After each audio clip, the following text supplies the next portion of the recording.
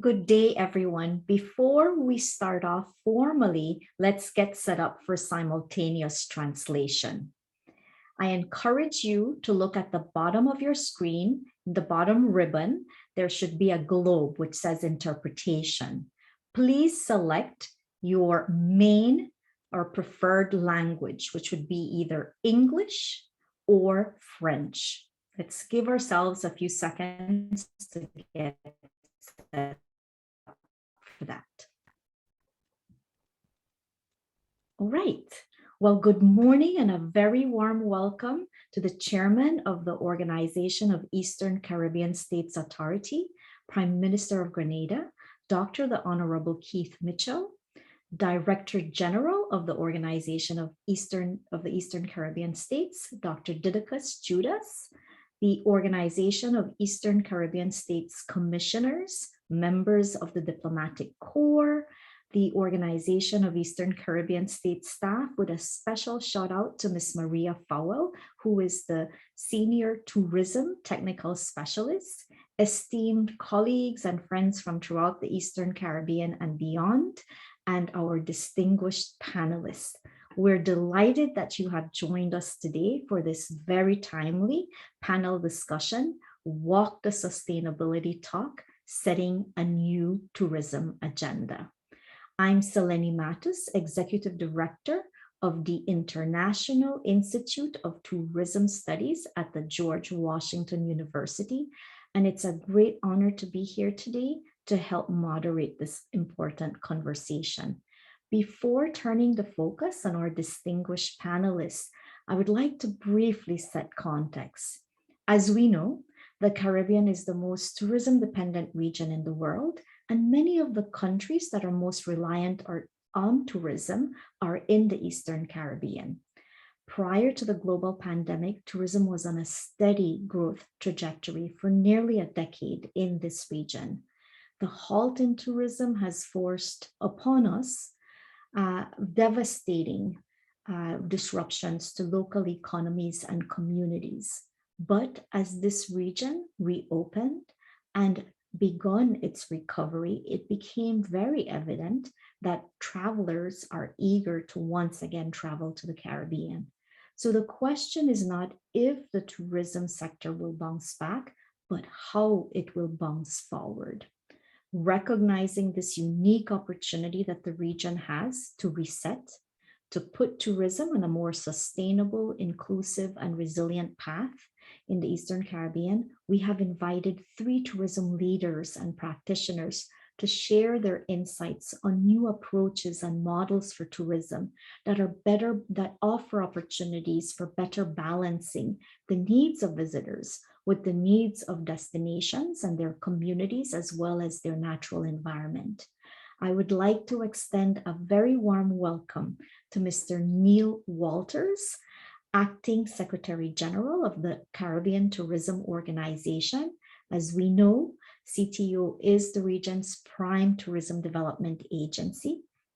Neil oversees all CTO's operations, of course, and leads up the initiatives that are designed to strengthen tourism's role as contributor of economic development in the region. Neil has a long trajectory in finance and resource management and joins us today from Barbados. Welcome, Neil. We also have Mr. Ben Lynham, who is head of strategic communications at Travel Foundation that is based in the UK. Ben has been with the Travel Foundation for nearly 9 years, and he's been involved in some really impactful initiatives, including the influential Destinations at Risk, the Invisible Burden of Tourism report that was launched in 2019. He's also been very involved in setting up the Future of Tourism Coalition in 2020, and I'm sure many of you have heard about it. If not, be sure to find out more about it, to Google it. It's doing fantastic work. And Ben has also co-authored the Towards Destination Stewardship report in 2021, and we'll be learning more about that briefly. So thank you, Ben, for making time for us today. From Kenya, we have Judy Gona, who is Director of the Sustainable Travel and Tourism Agenda. Judy has over 2 decades of working experience in tourism in Africa as a manager, strategist, researcher, lecturer, global speaker. She's been recognized for her tremendous work in this space. In 2018, she was ranked as one of the top 50 scholars in tourism by the Women Academics in Tourism group. In 2019, she was awarded the prestigious Sustainable Citizens Award by Forbes Women Africa. And in 2020, she received a Lifetime Achievement Award by the Center for Responsible Tourism for all her contributions to sustainable tourism. So this is a dynamic lineup. So let's get started here. I encourage you to please send along any questions that you may have for our panelists by putting the questions in the Q&A box. So please make sure to do that so that we have them queued up. We're going to start with short presentations by each of our panelists. This will be followed by a few minutes of open discussion, and then we're going to get to your questions. So we look forward to those.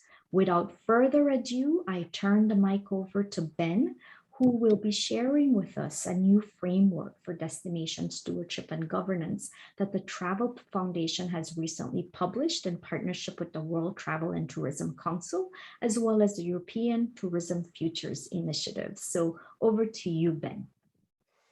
Thank you so much, Selene, and thank you everyone for having me here today. I'm really looking forward to our discussion and the question and answer session later too. So as Selene said, I'm just going to share a few slides with you initially. I was given a question here, which is basically, why is it so difficult to change the status quo? And I thought maybe I should just start by saying, actually, we should recognize that there have been some real advances in sustainable tourism, and particularly from my perspective, having worked at the Travel Foundation for 9 years, and then going back further to when the Travel Foundation was set up in 2003, I think there have been some really quite significant shifts in how tourism is managed and how we are thinking about our impacts and that sort of thing. So I think we should, at the very least, recognize that there is change and there always shall be change. But I think we can also agree that change can be slow and difficult to bring about. Right now, we might feel like we can be a bit more optimistic for change because there's a lot going on. So, for instance, there are many external drivers for change right now, which you may recognize. So, for instance, we have climate agreements, the recent IPCC report, the forthcoming COP26 discussions in Glasgow in November. And perhaps you've noticed the Glasgow Declaration, which we helped to make public just earlier this week, which is trying to align the tourism industry around climate action. And clearly there's a shift in public opinion around this, and budgets are beginning to align to the issues of climate as a #1 urgency. COVID, of course, has basically changed the way we do things, for better and for worse, perhaps. But certainly it's changed supply and demand. It's moved tourism higher up the agenda, particularly from a public sector perspective, and has encouraged public and private cooperation. And again, has potentially brought in new finances for economic recovery and to build back better, etc.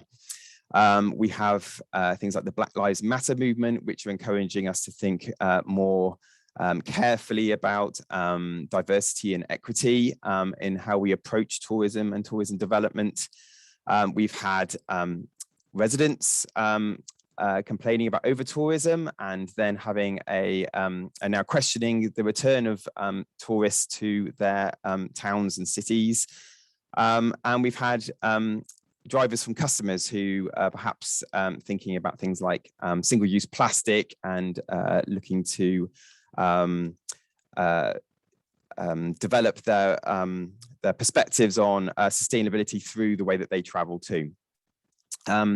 So equally, we want to see change internally. We know that there are vulnerabilities in tourism. We all understand the issues of seasonality, of leakage, of overcrowding, etc. And so as the session title today suggests, there are internal barriers to change, and we need a new tourism model if we are going to make change easier. So what's wrong with the current model? So tourism is currently developed for those who directly benefit from the visitor economy. So tourism businesses and visitors, those on the left-hand side of this slide. But what of the other sectors and residents, those on the right-hand side? We might want to ask, why might these people want to invite tourism into their destinations? The tourism product is a blend of public and private, yet how it is developed and managed rarely reflects this well. Those responsible for managing beaches, parks, cultural heritage, public utilities, such as water, energy, sewage, waste, the ecosystem, the air, the land, the biodiversity, they're rarely considered or consulted when decisions are made about the visitor economy. And this can result in degradation of those vital assets that affect the visitor experience. Public-private collaboration and destination stewardship is needed, and it's undoubtedly the direction of travel for DMOs. All the trends seem to point to it. Old models aren't fit for purpose, yet destination development and management is rarely a model of public and private collaboration. And I will argue that this is systemic.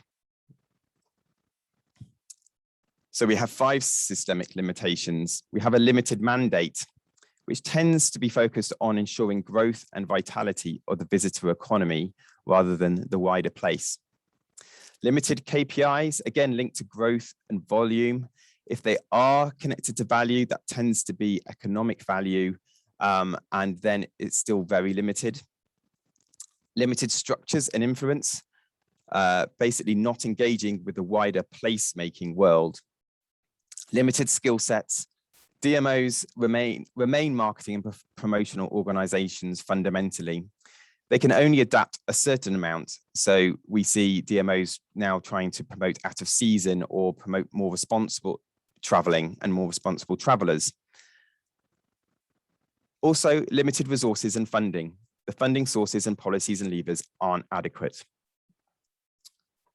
So our destination stewardship report, which we developed with the World Travel and Tourism Council and European Tourism Futures Institute, try to take these systemic issues and provide a framework for interrogating them.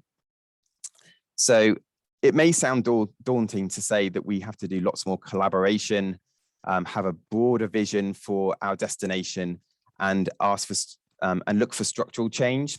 But it can actually be simple steps as well as longer term ones, and that can drive innovation and resilience. So this diagnostic tool we developed is a framework for considering how tourism is managed and developed and can lead to new solutions. We have developed it as a facilitated process to help destinations to find more effective ways of working. And ultimately, this means that visitor economies can build brand around a community's goals, values, and creative energy. It can show why it is important to other placemakers and to have a seat at the table to influence and contribute placemaking. Thank you.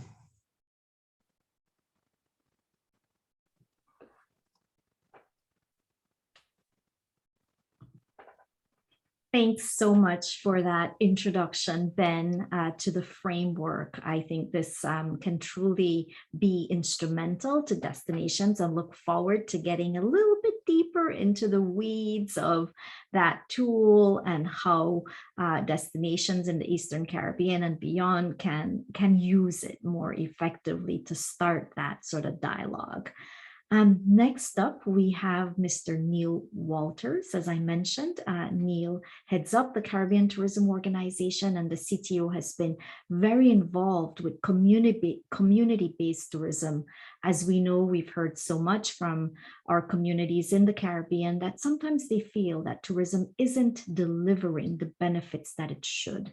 And so community tourism has been, is seen as an important strategy for addressing this point, for ensuring that there's greater inclusion and greater benefit distributed throughout the value chain. And so Neil will be sharing with us more about the CTO's approach to this.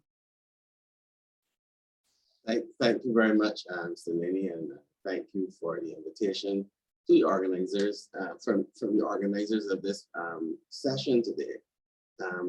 Selene has actually gone through some of my slides in her beginning remarks on my presentation, but nevertheless, I'll go ahead and I'm sure the concept that she started in her speaking just now, you will see that thread running through the presentation as I go through the slides.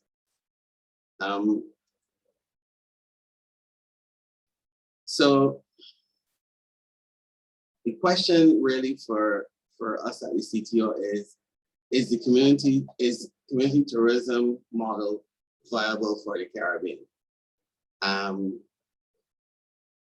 By the time I'm done, I hope that the answer will be very clear to you. And the reality is this presentation looks at community-based tourism from a top-line level, not drilling down into the micro and the granular detailed issues, but looking at the concepts that apply to community tourism in the Caribbean for sure, and how those concepts can be enhanced or adapted for the future. So to Selene's point, several Caribbean countries have been embraced CBT over the years, and I will dare to say here that throughout my lifetime, I would have noted, even though I didn't recognize it then, that businesses which were in various communities and were originally serving nationals or locals moved to creating mechanisms to interact and respond to the needs of the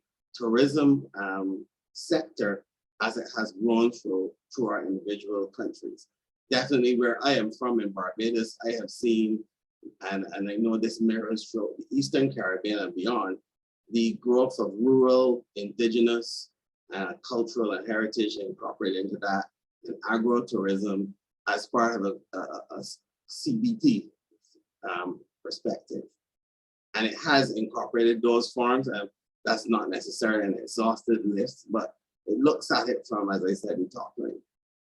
But more importantly, in recent times, I think tourism planners and tourism experts are looking at the fact that CBT is one of the mechanisms that can be used relatively easy with the right development process and the right looking at it holistically in a national context, for instance, that will improve the distribution of tourism revenues beyond what might have been seen as a traditional tourism businesses. And really and truly, the new normal that we refer to where COVID is concerned, that has given us this chance to reset and look at things once again, also gives us the opportunity and it creates almost a sense of necessity for CBT to be included in the whole concept of tourism in this new normal. So looking at the viability of CBT in the Caribbean.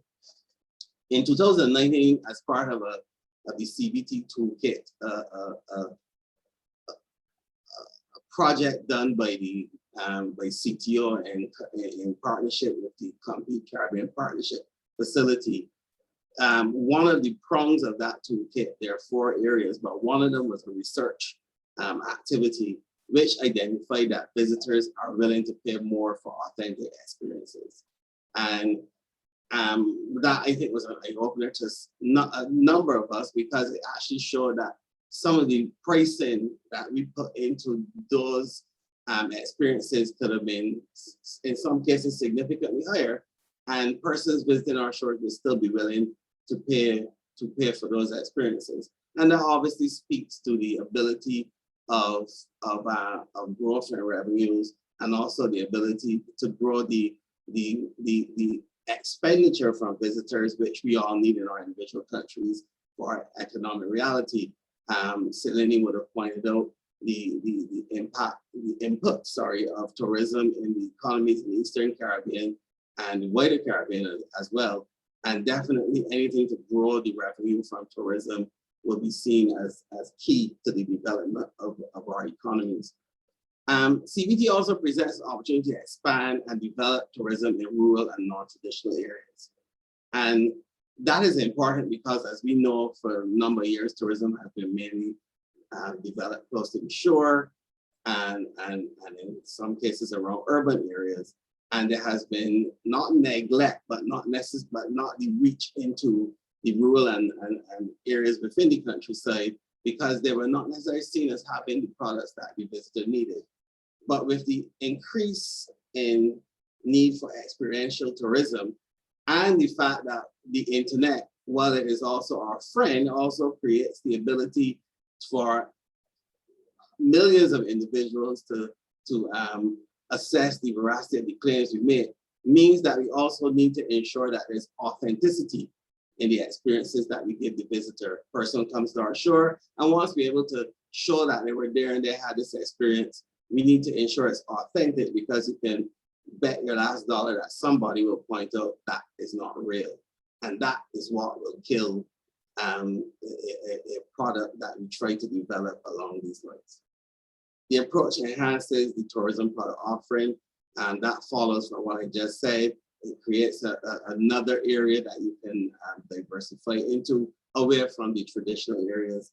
And if managed properly, CBT initiatives have the ability to provide the participants, the people in the communities, with a chance to enhance their livelihoods, and also with the adaptation of what they do to what is the reality at any point in time. It also means that the goods and services that they provide can also be adapted as time goes on. And something that came to mind this morning was a significant part of CBT in the Caribbean has been heritage and culinary experiences and so on with that. We would have seen cases where previously people would have come to community-based areas for indigenous foods, etc., with their own containers, and that eventually moved for health reasons and so on to the community providing the healthy container, ensuring health standards are maintained and so on, because as it grew, then also the need for standardization, etc.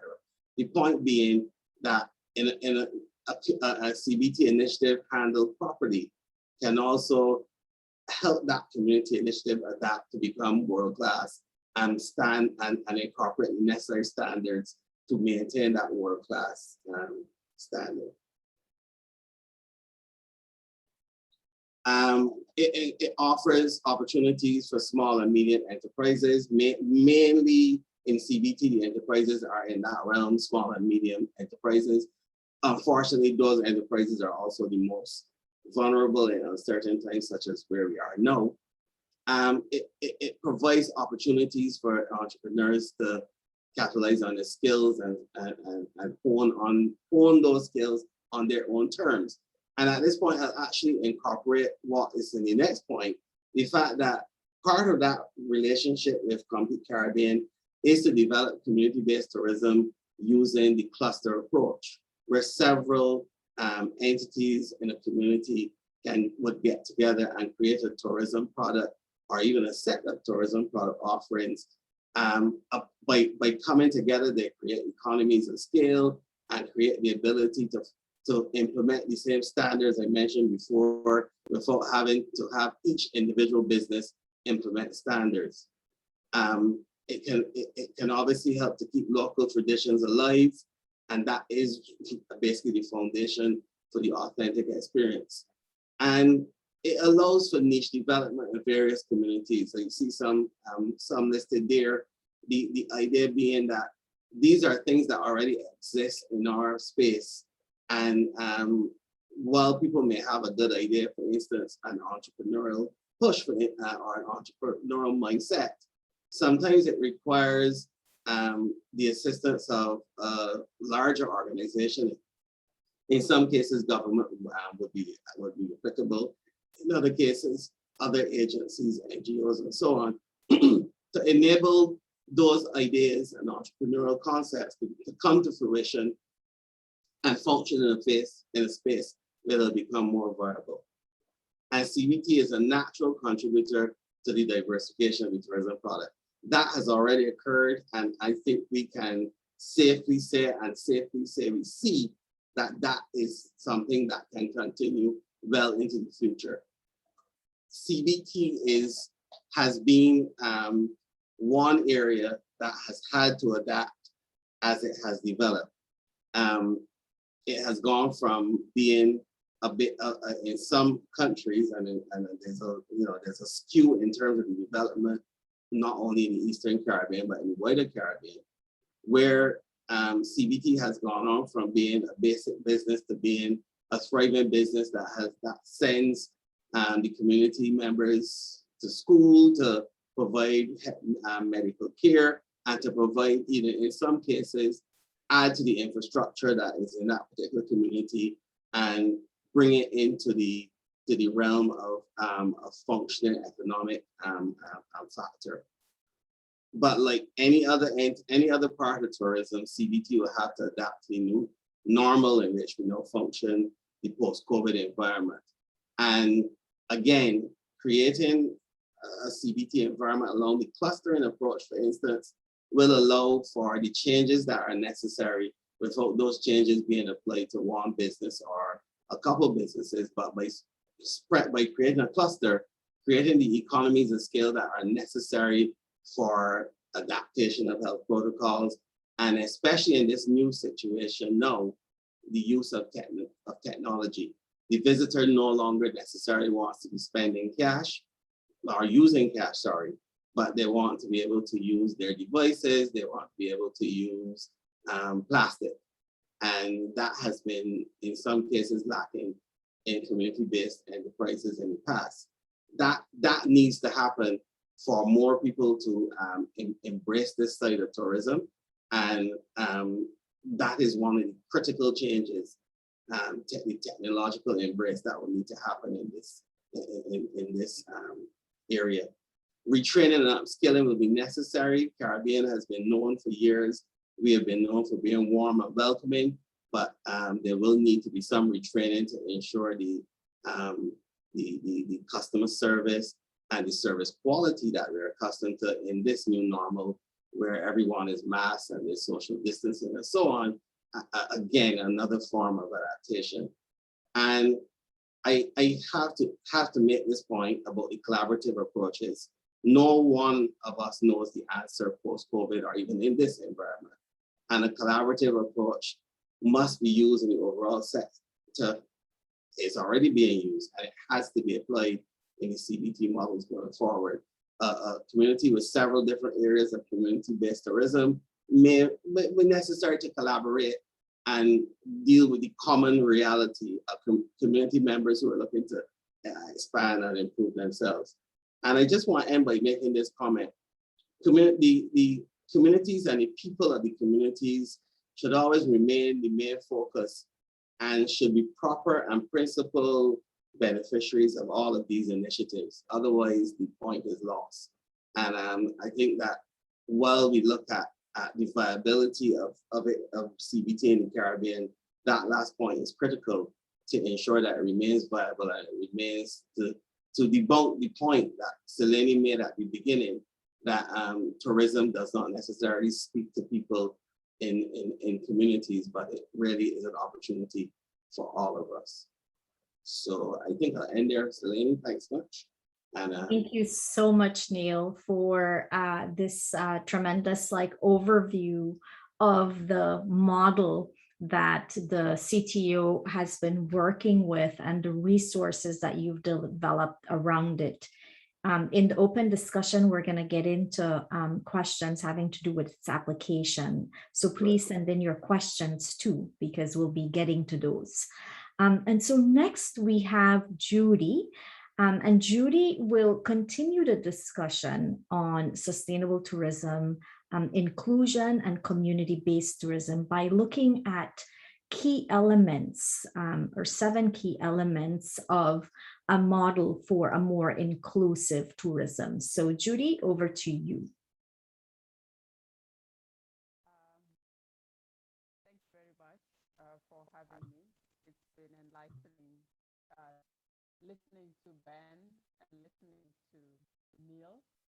I'm reminded that community-based tourism and issues around tourism are global. I'm coming to you from Kenya in East Africa, and the issues that have been raised here are the same for East Africa and Africa at large. We are just returning from Africa's Travel and Tourism Summit, the first since COVID, which was a brainstorming session on many different topics around rebuilding tourism in Africa and what is essential for us to restart. And it came out very clearly that our communities cannot be left behind, our youth cannot be left behind, and that there lies an untapped opportunity in community-based tourism. So I'm excited. For me, it's almost Judy, my excuse, Judy, so sorry. The volume seems to be a little bit low. Is there any way that you could try to maybe increase the volume so that we can hear you a little bit more clearly? I will try and do it without that. Is it better? Perfect. Yes, that is much better. Thank you. Thank you. Okay. All right. Okay, so I was saying that this session is for me a continuation of the discussions that we were having around how to restart tourism in Africa and placing communities at the core of it and agreeing that there are untapped opportunities that could be applied to optimize community-based tourism. So today I am going to share some key points or principles around inclusion models that can work for community-based tourism.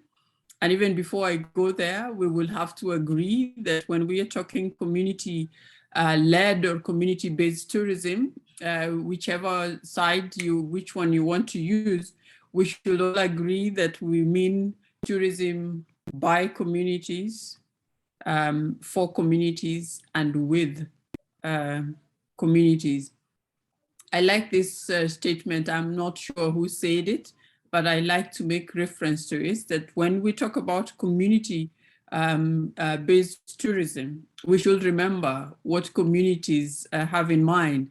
And this person said that for them, community-based tourism means nothing happens without communities, nothing for us without us. That statement summarizes community-based tourism. So everything that happens around community-based tourism must be with and for communities. For nothing happens for us without us. So I will start by highlighting the one that sometimes is forgotten when we talk about community-based tourism. One of the most successful models, the principle for a successful model that I have seen work, is the integration of existing livelihoods with tourism. We have seen places where tourism has been introduced in communities, and the community livelihoods that communities were dependent on before have been forgotten, or communities have been told that tourism is the ultimate answer. And so everybody runs to tourism and forgets all the other livelihoods. When we integrate tourism with existing livelihoods, we create very stable communities, because when tourism is not there or it's disrupted like what we have seen now, then these communities are not extremely vulnerable. They can still have something that they can depend on that is not directly related to tourism. So a good inclusion model for community-based tourism is a model that looks at integrating existing livelihoods, community livelihoods, together with tourism, without making the existing livelihoods look inferior to tourism. In East Africa, and I believe in a bit of Southern Africa as well, we have learned. In the beginning, we tried to separate livestock from wildlife. And therefore, everywhere where there was wildlife and was dependent on tourism, communities were locked out, and livestock was seen as an enemy of wildlife. Now, scientific studies over the years proved that there is a core relation between for rangeland management, where livestock, areas where livestock have been grazed for a while, become good areas with good pasture for livestock. So today, we are integrating livestock ranching and wildlife management, and so communities have both. When one fails, they can depend on another one. Like now, when tourism completely collapsed for 2020, these communities still had their livestock. In the old models, the communities would have been told that, you know, you cannot have livestock anywhere near where we are having conservation. So integration is a good principle for inclusive models of community-based tourism that ensure sustainability of these communities and resilience of these communities when tourism is affected. Another principle that works for inclusive models of community-based tourism is long-term technical assistance that leads not just from communities being beneficiaries, but leads to communities being owners and investors and managers in tourism. So long-term capacity build, technical assistance in capacity building, in management, in various skills development will lead to communities being more secure and more stable to engage in tourism businesses. The problem that communities have had with technical assistance is that it has not been sustained.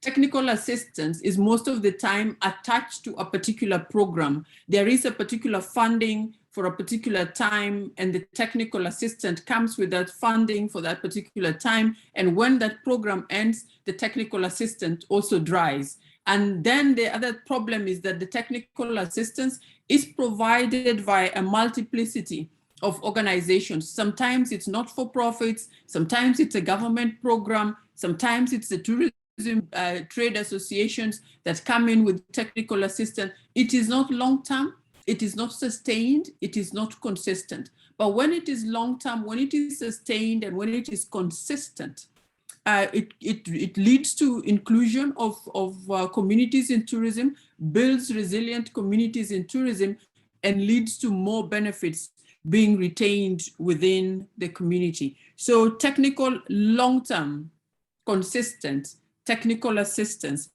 is a principle that is important for inclusive models that work for community tourism. We have also seen models that work. Another principle is the principle of what I call the principle of revenue retention. This principle works because in conventional tourism, where communities are involved, a study done in Kenya in the mid-1990s shows that if a tourist spent $100 in a destination, what was retained in local communities was 0.00 something of that dollar in that community. So you can do community-based tourism as much as you want to do it, but if you do not define a proper revenue retention model, in that particular community, then community-based tourism will benefit everybody else and will not benefit communities. We piloted this model 10 years ago in a project that I was involved with in Masai Mara, where we started by defining the revenue retention model in that community venture. And because the revenue retention model was almost a guaranteed income model, the community-based venture is going into its 16th year, and it is earning. The revenue model allows for more income to be retained every year. The level goes higher for the community. Only in cases of force majeure, like in 2020, was that amount reduced by 50%. But even then, the model allows that when business recovers, when tourism recovers, that which was paid less, that 50%, will still get back to the community. So when you have community-based tourism initiatives that are defined, where the revenue retention models become part of the model from the very beginning, it means that anybody within that supply chain, whether they're doing partnerships with tour operators, whether they're doing partnerships with other types of operators and investors in the tourism industry, they come into the community knowing that this is the revenue retention model that this community aspires to. And if we want to do tourism with this community, we then have to sign up for this retention model. And we have done that to address, that model works, and we did it to address the issues of the challenges of capacity of understanding business, tourism businesses by a number of community members. And because communities always are acting in a collective for community-based tourism, it is better to have things that are defined and fixed when it comes to benefits that are accruing to community, and not leave them to be flexible, to be determined through the partnership. Then, of course, we've got the ownership models that are also meant to create inclusion of communities in tourism. The ownership models were very popular in East Africa in the mid 2000s because they were mainly donor funded. And these ownership models were about investing, donors investing on behalf of the communities so that communities can own certain assets for tourism. And mainly they invested for the community in terms of building camps and lodges on behalf of communities, and building other infrastructure like training facilities for communities that will enable them to then own and manage these particular enterprises. What we have learned over the years is that an ownership model that does not have a revenue retention program within it will not benefit the community. Because if I own this asset and I don't know how it is managed and how it is run, and I give a management contract to somebody else to run that particular facility for me, I do not know how to determine whether they have made profit or not. So if they decide that they are going to declare losses for 20 years, they will continuously tell the community that you have incurred losses. And if the community had set aside their best assets in terms of land for building this lodge, and now 10 years, 15 years, there is no profit that has been declared, it does not help for community-based tourism, and it is no longer an inclusive model. So ownership goes very much hand in hand with the revenue retention model, especially where communities need their capacity to be developed. Then we have the other one that works is the skills development, exclusive skills development models in cases where communities have no capacity to own, and even if they own, they might not manage well, but they have the opportunity to supply to be labor in the tourism industry, and therefore qualified labor. We can actually approach inclusion through skills development models. Now, in Kenya, we have a very successful skills development model, which was a community school, a guiding school that was built in the Masai Mara that helped the communities to become local guides in tourism, even for those who had not had formal education. there were recognition systems that enabled them to get certification and qualification to be guides, and other skills have now been introduced. They can be guides, they can be chefs, they can be everything that they want to be. Thank you very much, Selini. I will add the other points later on. Thank you so much, Judy, for outlining those critical components for securing inclusion in tourism. Lots of good examples there. Hopefully this is resonating with our audience. And so let's have a little bit of a conversation now. I'll ask our panelists if you could kindly put your cameras on so everyone here can see us, and maybe a quick round of rapid questions to each of you. And then we do have questions that are coming in from the audience. So let's start with Ben. Ben, you've discussed, you've set in context the progress that we've made, the challenge is still ahead. This new publication that Travel Foundation is a part of that really looks at destination stewardship and governance, which is such a critical issue in any of this. How do you foresee a framework like that being applied to Caribbean nations, and what could possible outcomes? Thanks, Lenny. I mean, first of all, I'd just like to emphasize that the facilitated process that that we are promoting through the report and suggesting that people follow is a neutral process, if you like. So I think rather than saying this is the best way of governing, or these are the structures you need, it's actually allowing destinations to actually work through their issues and consider how they are funded, what their mandate might be, where their leadership comes from, how they are collaborating with each other, what structures are there to support those sorts of things, etc. So in a sense, I wouldn't want to kind of say here's a sort of, there's the process, but actually this is the answer, because the answer needs to needs to be found through a facilitated process. That said, just to give you a bit more of a sort of a taste of what it might be, I mean, I did notice in the Q&A, Mr. Kevin Chambers asking questions about water resources, for instance. And so that might be the issue that brings you bring to the table and say, okay, we do have some concerns here about the burden of our visitor economy on our water resources. So then you would need to think, well, who should we bring to the table to try and figure this out? Do you routinely speak to water companies, utilities, and that side of things? Can we bring in others who may be affected by this and find out what's going on and what's happening? Is it just a peak time issue? How is it actually affecting the community? Do we understand that process too? How are we even monitoring this and putting targets against it? And what kind of teams, therefore, can we start to think about requiring to address this problem?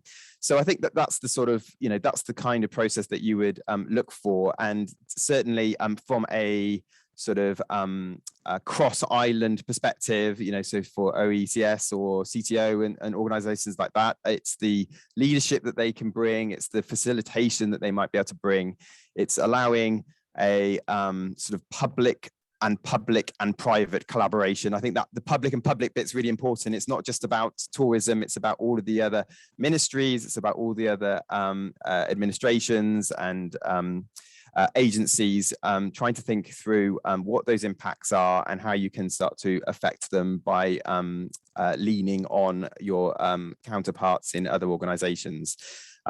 So that's, I think, how you would begin to start to look at this. Thanks for that, Ben. And Ben did put the link to that publication in the chat box. So for those of you that might want to learn more about, that process and the key questions to get dialogue going, to foster greater collaboration in your destination around some of these very challenging issues like water, be sure to check out the publication. Neil, there are a lot of questions coming in around community-based tourism. We know know this, right? This is, people feel so strongly about community tourism. We understand that it presents opportunities to kind of get things right, to bring greater benefits to communities.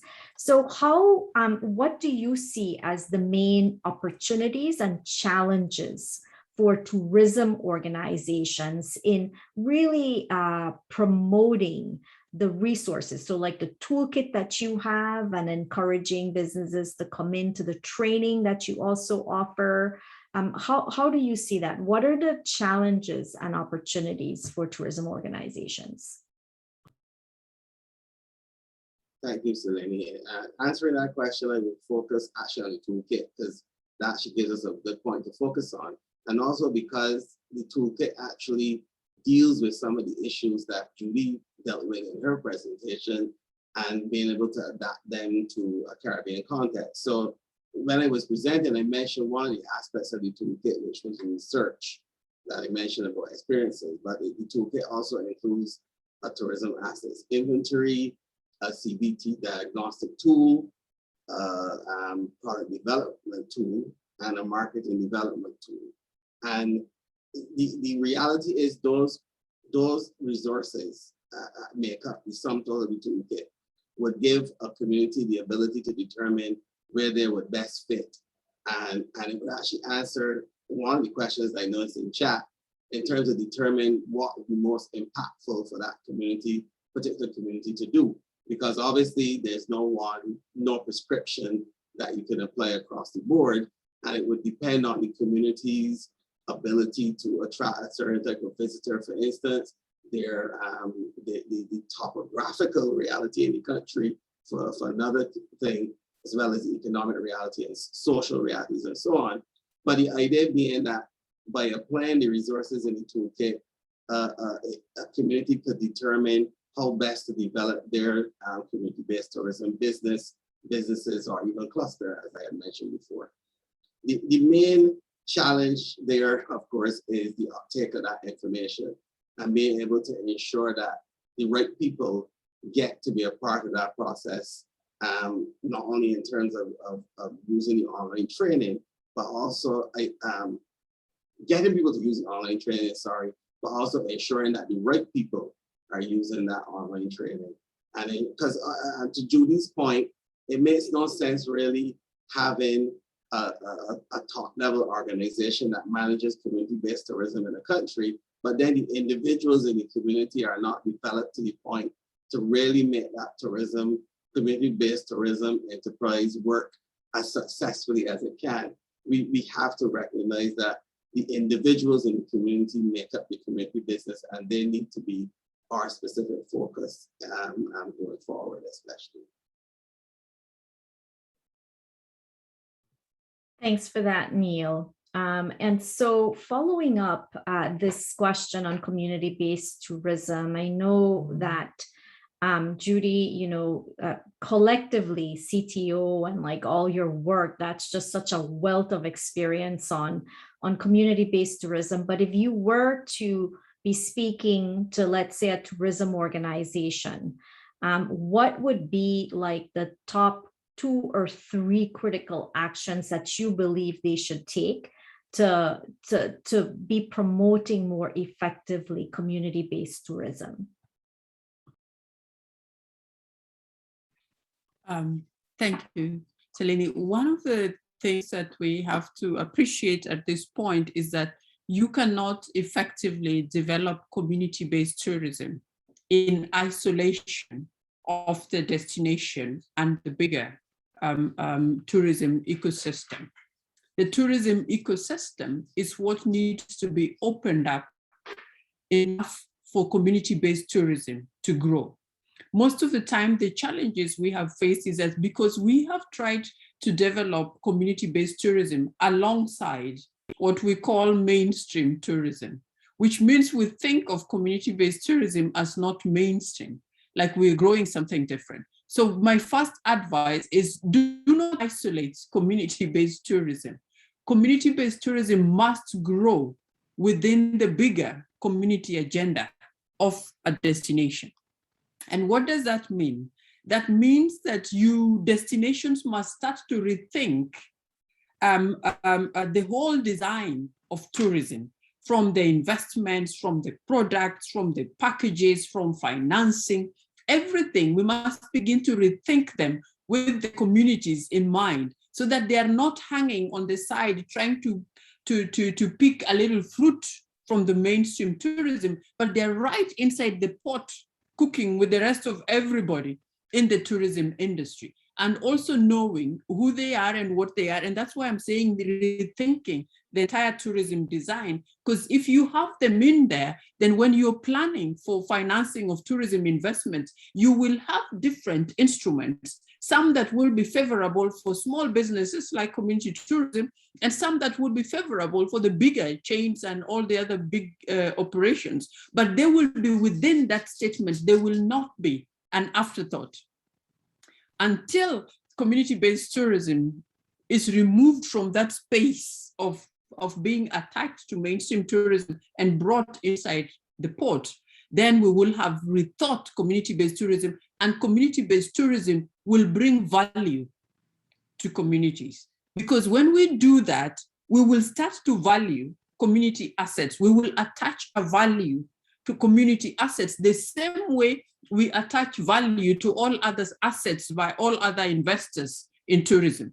But when we put them aside, we start to assume that what they have is what they have not invested in, and so it cannot be valued. So what's so big deal about culture? You have it anyway. So if you're bringing culture to the table, we don't have to attach value to it. But if anybody else is bringing their other assets, another small hotel that they own and another one, we attach value to them. But because community tourism is out there, their assets are rarely valued. So let's rethink the whole tourism design and bring community tourism into the port so that they grow with the rest of tourism. We strategize for them with the rest of tourism and not make them feel like they're a special unit that needs some favor. No, they just need to do business like everybody else. Judy, thank you. That's been very articulately put. And I think this sort of process that, Travel Foundation's publication on destination stewardship provides may be a way to have that sort of broader discussion on how to integrate communities squarely at the center of tourism in a way that we have not achieved so far. So with this, I would like to thank each of our panelists for bringing with you all your insights and energy to this conversation. I think we've touched on many of the questions as we've gone along. I will ask Neil, or I think I see Faye as well, that may be here from the CTO, if you wouldn't mind dropping in the link to the toolkit that you've referred, because there's one maybe quick unanswered question, which is if there are working examples of CBT, community-based tourism, within the publication, these good examples. And so please check out the resource so you could see that for yourselves. There's more there for sure. So Faye and Neil, if you could do that, I'd appreciate that. But thanks everyone. Before we close off, we'd like to invite everyone to give us feedback about this session. So the producers, at the OECS will be launching a poll so that you could give us your candid insights about, this session and what you're taking away. So please remember to always think about inclusion, sustainability, and resilience as we all work together to create a more vibrant and sustainable tourism. Thanks so much. And I'll turn it over to the production crew to post that poll before we close off.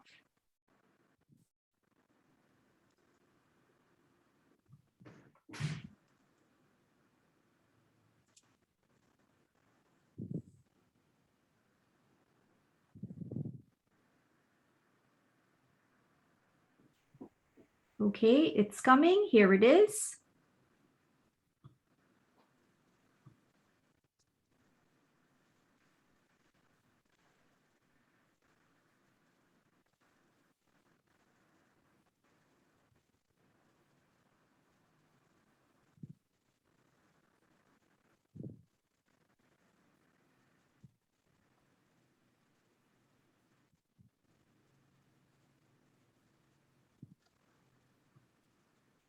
Please continue to stay safe, and thank you for sharing your time with us. Goodbye, everyone.